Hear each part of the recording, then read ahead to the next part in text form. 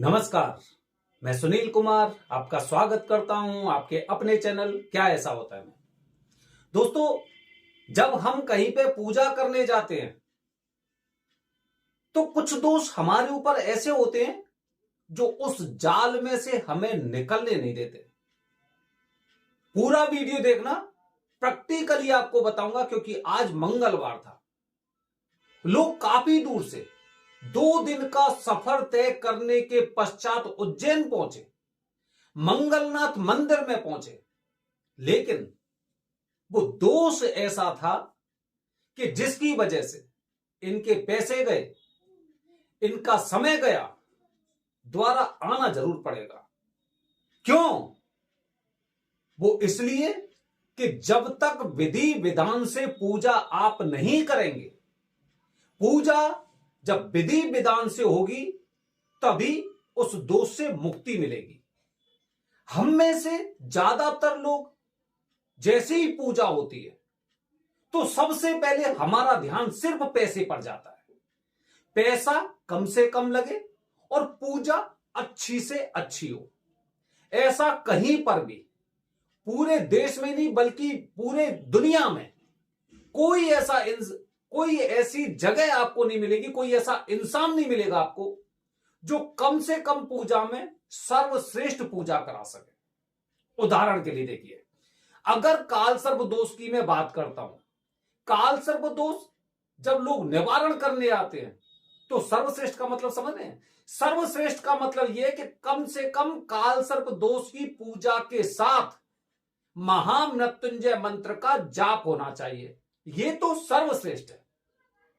काल सर्प दोष की पूजा के साथ रुद्राभिषेक होना चाहिए, महामृत्युंजय का जाप होना चाहिए, यह जरूरी है, सर्वश्रेष्ठ है। जहां पर 1.25 लाख महामृत्युंजय मंत्र के जाप होंगे, वहां पर कौन उज्जैन में आपकी पूजा 5100 में करेगा? कौन आपकी पूजा 3500 में या 11000 में त्र्यंबकेश्वर में करेगा? अब देखिए दोस्तों, जैसे कि आज मंगलवार था, काफी लोगों ने बहुत अच्छा प्लान बनाया था और उन्हें लगा था कि हम एक सही जगह जा रहे हैं, सही समय पे जा रहे हैं और सही गुरुजी से पूजा करने जा रहे हैं। लेकिन वो दोस्त है ना, दोस्त तो लगा हुआ है, वो खींचेगा आपको, क्योंकि आपको भी द्वारा आना है। जो लोग यहां से भटक कर जा रहे हैं वो द्वारा अवश्य आएंगे। इस वीडियो को सेव करके रख लेना दोस्तों। बता रहा हूं, जैसे कि हमने आपको बताया कि मंगलनाथ मंदिर उज्जैन में जो पूजा होती है उसकी रेट लिस्ट एकदम फिक्स है। रेट लिस्ट देखिए, 1100 वाली पूजा 2100, 5100 और 11000।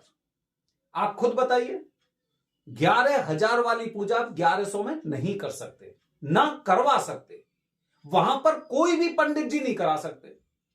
लेकिन जब आपको बताया गया है कि जैसे कि उदाहरण के लिए 1100 रुपए वाली पूजा आपकी करीब 1450 रुपए में कंप्लीट होती है, उस पूजा में क्या होता है? उस पूजा में केवल आपकी मान के चलिए कि भात पूजा होती है। ये मान के चलिए कि भात पूजा हो रही है, भगवान मंगलनाथ की थोड़ी सी आरती हुई और उसके पश्चात भात पूजा के लिए आपको छोड़ दिया। ये पहली पूजा है 1100 रुपए वाली, जो करीब 1450 रुपए में होती है। अब मैं आपको केवल वही वाला अमाउंट बताऊंगा जो रेट लिस्ट लगी हुई है। 2100 वाली पूजा, 2100 वाली पूजा में आपकी नवग्रह की शांति होगी और नवग्रह की शांति के पश्चात भात पूजा होगी। नवग्रह की शांति के पश्चात भात पूजा होगी, ठीक है। 5100 वाली पूजा, 5100 वाली पूजा जो होती है आपकी, उसमें आपकी काफी पूजा होती है, भगवान गणपति की पूजा से लेकर और हवन तक। हालांकि काफी लोग 2100 रुपए में हवन भी कराते हैं, लेकिन जब तक पूजा का पूरा विधि विधान नहीं हो तब तक क्या फायदा पूजा से? हम पूजा का फल प्राप्त करने आए, हम यहां पर जो हमने सोचा है, जो हमारा उद्देश्य है, उसी उद्देश्य के लिए आए ना। पैसा बचाने नहीं है, पैसा तो हम जिंदगी में बचाते रहते हैं। हम यहां पर विधि विधान वाली पूजा, इसी तरह से जो 11000 वाली पूजा होती है वो भी पूजा पूरी व्यवस्थित होती है, लेकिन इसमें आपके लिए जो जाप होते हैं, मंगल के जो जाप होते हैं, उसकी एक अनुमति भी होती है। हमने अपनी वीडियो के माध्यम से आपको बताया कि हम 5100 वाली पूजा कराते हैं, 5100 वाली, और ये पूजा सर्वश्रेष्ठ क्यों होती है? जो पूजा करीब 7100 रुपए में होती है। पहले से ही कोई हिडन नहीं है, कुछ भी आपसे छुपाया नहीं है। आपसे बोला इतने में पूजा होगी तो इतने में ही पूजा होगी, इससे 1 रुपया ज्यादा नहीं लगेगा। अच्छा, अब देखिए, हम अपनी पूजा जो 7100 वाली होती है इसे सर्वश्रेष्ठ क्यों बताते हैं? क्योंकि इस पूजा में और जो 11000 वाली पूजा है जिसमें आपको जाप की अनुमति है, अंतर यह होता है कि उसमें जाप भी होते हैं, इसमें जाप नहीं होते हैं। ठीक है, अब देखिए सुनिए कि हमारी जो 7100 वाली पूजा होती है उस पूजा में सबसे पहले भगवान गणपति, माताजी और भगवान शिव जी की पूजा होती है। सबसे पहले जैसे ही आप यहां बैठेंगे पूजा करने के लिए तो सबसे पहले क्या होगा? सबसे पहले आपको शिव परिवार की पूजा करनी होती है, क्योंकि सबसे पहले प्रथम देवता भगवान गणपति, फिर उनकी माताजी मतलब हमारी माताजी और भगवान शिव, इस तरह से पूजा होती है। इसके पश्चात दोस्तों जैसे ये पूजा कंप्लीट हो जाती है, इसके पश्चात इसमें मान के चलिए करीब ज्यादा नहीं तो करीब 20 मिनट या फिर 25 मिनट के आसपास का समय लगता है। इसके पश्चात भगवान वरुण देवता का पुण्यावाचन वंदना होती है। पुण्यावाचन वंदना मतलब ये हो गया कि हम जो भी कार्य करने वाले हैं वो हमारा कार्य सिद्ध हो, इसलिए हम भगवान वरुण देव की प्रार्थना करते हैं। 2 पूजा हो गई वरुण देवता की पूजा।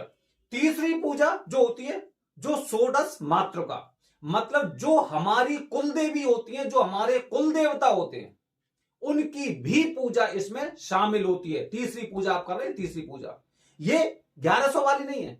जो लोग 1100 की पूजा करके गए ना, अभी देखना आना जाना भी ना उन्हें ऐसा लगेगा कि शायद अगर कुछ पैसे और खर्च करके अगर मैं ये पूजा करवा लेता तो एक ही बार में सर्वश्रेष्ठ काम हो जाता। ठीक है, अच्छा, अब आपने षोडश मातृका का पूजन किया, इसके पश्चात चौथी पूजा, जो चौथी पूजा आपकी होगी वो चौथी पूजा किसकी होगी?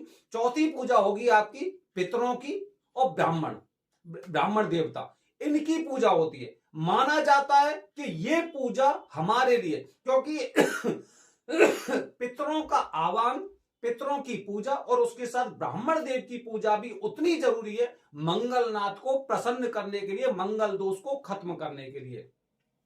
इसके पश्चात दोस्तों जो 5वीं पूजा, क्योंकि पंच पूजन बताए गए, 5वीं पूजा जो होती है वो होती है नवग्रह की शांति। नवग्रह की शांति के साथ ही इसमें भगवान मंगलनाथ की विशेष पूजा होती है। ये पूजा की पूरी विधि हो गई। इसके साथ ही दोस्तों जब ये पूजा होती है तो माना जाता है, जैसे अभी मैंने आपको बताया ना, काल सर्पदोष की पूजा में रुद्राभिषेक भी होना चाहिए, जाप भी होना चाहिए 1.25 लाख का, इसी तरह से इस पूजा में आपका रुद्राभिषेक भी होता है। माना जाता है कुंडली दोष से संबंधित कोई भी पूजा आप करते हैं तो रुद्राभिषेक आपको करना ही चाहिए, करना ही चाहिए। और इसके पश्चात आपका भात पूजन होगा। भात पूजन के लिए आप मंगलनाथ के गर्भगृह में जाएंगे, वो करीब 10 मिनट की पूजा होती है और वहां पे आप ये पूजा की विधि करके आते हैं। इसके पश्चात जब गर्भगृह से आप लौट कर आते हैं तो फिर आपका हवन होता है। यह पूजा की विधि। आप में से जितने लोग पूजा करके लौट के गए हैं वो लोग ये ध्यान रखिए कि आप यहां पे जो पूजा करके गए ना, आप द्वारा आएंगे यहीं पर, आपको खुद को अफसोस होगा कि जहां पर मैं पूरी विधि विधान वाली पूजा करने के लिए गया था वहां पर मैं क्या करके लौट आया, क्या करके लौट आया। क्या आपने भगवान गणपति की पूजा की, पुण्यावाचन वंदना की, मातृश्री षोडश मातृ का पूजन होता है वो किया, पितरों की पूजा की? नहीं की होगी।